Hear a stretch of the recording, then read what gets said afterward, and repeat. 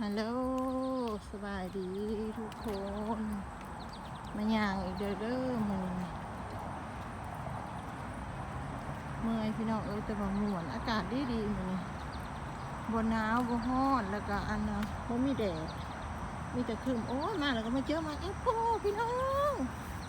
นี่แอปเปิ้ลว้าวแอปเปิ้ลหน่วยพวกใหญ่ๆถ้าอยากมาเอาเด้อพี่น้องเด้อมาเอามากินเด้อเป็นตะแซ่บแต่ป้าตัวมันแอปเปิ้ลขาวอีกเด้อนี่นะโอ้ยมีเสียงนกเสียงหนูอีกหองว้าวเห็นแล้วก็พอมันแอปเปิ้ลยังแอปเปิ้ลเหลืองเลยพี่น้องนี่เขาบอกหลายๆหนึ่งดกเลยนี่นะได้อยากมากด้วยพี่น้องได้อยู่แถวผางนี่แล้วบ่ไกลดอกมีแต่ต้นเหมือนแอปเปิ้ลงามๆนี่นะนี่เก็บไปกินพี่น้องโอ้ยบ่ได้เห็นในอย่างเลยก็บ่เห็นเขาก็เห็นมันคือมันงามเนาะกินแซ่บได้พี่น้องเขาเจ้ากินสมสลายคนมากินสมแตงแก้ว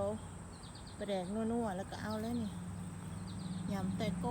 บเลยพี่น้องเอ้ยมากินน้ำกันเด้อเก็บเอาก่อน